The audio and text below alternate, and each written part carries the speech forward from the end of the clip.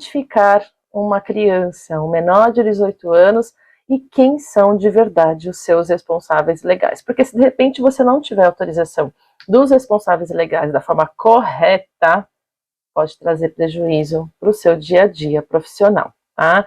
Então, quem são os responsáveis legais de uma criança? Eles vão ser aquelas pessoas que detêm a autoridade legal sobre uma criança, incluindo o dever de cuidar, de proteger, de educar a criança. Isso quer dizer, não é simplesmente ter o papel, né? Não é simplesmente ser pai e mãe e achar que botou no mundo e vai cada um se vire. Não. Ele tem, sim, responsabilidades, tá? O que vai acontecer, então? Né? Normalmente, a priori, assim, imediatamente, assim que a criança nasce, os pais biológicos geralmente são os responsáveis legais de uma criança. Mas em alguns casos, né, essas pessoas, elas podem se tornar, outras pessoas podem se tornar responsáveis legais, como tios, avós, ou mesmo até pessoas que adotaram essa criança, tá? Na verdade, a gente vai verificar daqui a pouquinho na aula quem são os tutores, e aí vocês vão ver que não necessariamente vai ser o responsável legal, os pais biológicos, tá? A gente consegue observar também que os responsáveis legais têm essa responsabilidade de tomar as decisões importantes também em relação à saúde, né? Não é só somente sobre a educação, somente sobre outros aspectos de vida, né? E sim também em relação à saúde. No momento que esse menor precisa fazer algum procedimento, né, mais invasivo, uma cirurgia ou qualquer outro tipo de tratamento odontológico que seja de longa duração, na verdade, qualquer um deles, tá, gente? Até simplesmente uma limpeza. Você precisa pedir autorização para esses pais, né, para esses responsáveis legais, tá? Então, assim, da mesma forma que a gente vai pedir autorização, né, e o paciente vai assinar o termo de consentimento livre esclarecido, contrato e assim por diante, a gente vai ter também os responsáveis legais assinando essas autorizações, nesse caso, representando esse menor de 18 anos, tá? Então, ele está falando que ele entendeu, que é para o bem daquela criança, né? A criança também, o adolescente, por exemplo, entendeu que vai colocar aquele aparelho ortodôntico, enfim, tá? Aquele procedimento vai ser bom para ele. Então, a gente vai ter aí, não só a parte da saúde, como eu falei, a parte da educação, bem-estar e segurança dessa criança, tá? Já o tutor legal, né, ele vai estar aí relacionada, né, como a pessoa designada por um tribunal para cuidar dessa criança ou, né, desse adolescente, tá? Provavelmente aconteceu algo, né, para que ela não tenha esse responsável responsável legal, responsável técnico é outra coisa, né, do consultório, né? O tutor legal vai assumir as responsabilidades e os deveres dos pais em relação a essa criança, incluindo a tomada de decisões importantes sobre a saúde, educação, bem-estar também, tá? Então, nesse momento, a pessoa foi eleita, ela foi designada por um juiz, tá? Por alguém de direito com competência para isso, tá? E, consequentemente, isso vai acontecer em quais momentos, né? Vai acontecer em situações nas quais ou os pais são incapazes de cuidar da criança devido a algum tipo de doença, incapacidade. Às vezes acontece até o uso abusivo de drogas, tá? Que essa criança aí, ela não pode ser mais cuidada pelos pais. Os pais praticamente estão morando na rua, né? Ou, de repente, eles acabam tendo vários tipos de problemas domésticos relacionados ao uso abusivo de drogas, né?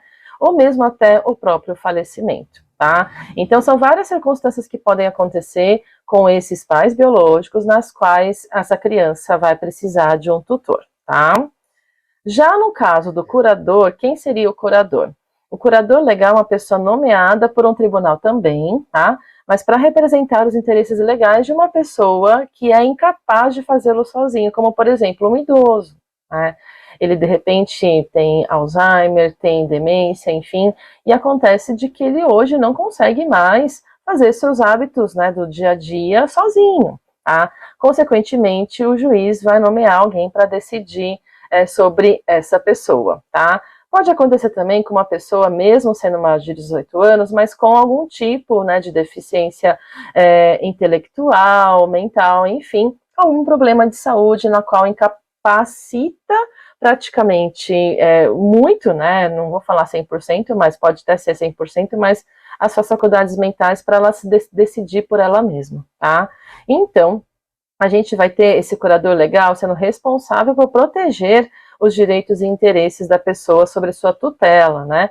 Incluindo a tomada de decisões financeiras, saúde e também o bem-estar, tá? A nomeação desse curador legal, né, ocorre em situações em que a pessoa não tem capacidade legal, né, juridicamente falando, tá, para tomar decisões ou cuidar de si mesma. Por exemplo, a gente de repente tem um idoso que ele vai desenvolver o Alzheimer, né, e aí ele não consegue mais se higienizar sozinho, ele não consegue mais andar, né, literalmente andar sozinho, né, precisa de apoio, ele não consegue mais se locomover sozinho, precisa de que alguém leve e busque o tempo inteiro, né? Precisa que alguém fique perto, porque de repente ela levanta da cadeira, ela cai. Enfim, então 100% do tempo com cuidados especiais, tá?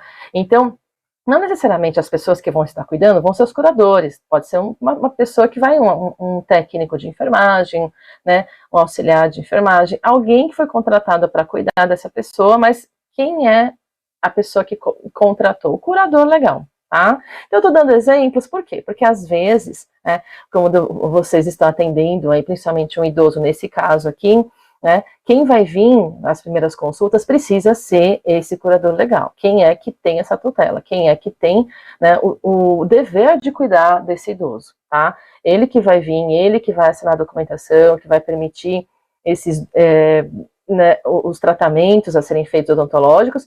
No entanto, de repente, nos outros dias, né, de realização de procedimento que o curador já assinou, né, dizendo que autoriza o tratamento, e não o idoso, o curador, né, ele, o que vai acontecer? Alguém vai levar, alguém vai buscar, de repente é uma cuidadora, tá, um cuidador, e consequentemente não vai necessariamente haver, você tem que ficar toda vez, né, o responsável legal, ficar levando, a não ser quando há alteração daquilo que foi acordado antes. Se de repente você, lá no seu prontuário, né, você fez um planejamento e de repente houve mudanças nesse planejamento, seja com crianças, ou mesmo até, principalmente com idosos, né, ou adultos que possuem um curador, tá? Vocês precisam ligar, conversar de novo com esse curador, tá? No caso de criança, gente, a responsabilidade sempre vai ser do responsável legal, né? Consequentemente, assim, eu recomendo, né, que sempre um responsável legal esteja junto. Tá? E responsável legal, gente, não é o irmãozinho mais velho, né, não é a tia, não é a babá, não é nada disso. Agora, eu vou fazer uma limpeza, né, vou fazer uma limpeza, uma profilaxia, tal, né, nessa criança, aplicação de flúor, algo assim que não vai ser invasivo. E aí o que acontece, né? Vai ter alteração do plano de tratamento? Os pais já autorizaram? Ok, então, né, é só para reforçar, fala com os pais, né, avisa. Agora, tem alguma coisa estranha, aquela gengiva começou a sangrar mais do que o normal, né, aconteceu algo estranho, a gente já avisa esse responsável legal. Avisa, tá? Fala com ele, para ele não achar que de repente você fez algum procedimento que não foi dito, que não foi acordado anteriormente e que essa criança começou a passar mal depois, tá? Tem que avisar. Tudo que assim tiver, não tem nem como dar uma receita para vocês, gente, mas assim, tudo que tiver fora do normal, avisar imediatamente o responsável legal, tá? Se for ato invasivo, sempre com o responsável legal perto, tá? Por quê? Porque você sabe muito bem que pode ter várias consequências, então é recomendado que sempre o responsável legal em atos mais invasivos esteja junto, tá bom? Então, consequentemente, no momento que você, a pessoa está vendo, está observando o que você fez, fica mais tranquilo o atendimento, né? Então, pessoal, é o seguinte, ó, é muito importante conhecer a situação legal dessa criança ao menor de 18 anos. Seja ela sobre tutela ou curatela, mesmo no caso até dos idosos em relação à curatela, tá? Para garantir que o atendimento seja realizado de acordo com as exigências legais, tá? Então, se de repente isso não acontece e dá algum problema, gente, isso aí é potencializado por 1000, né?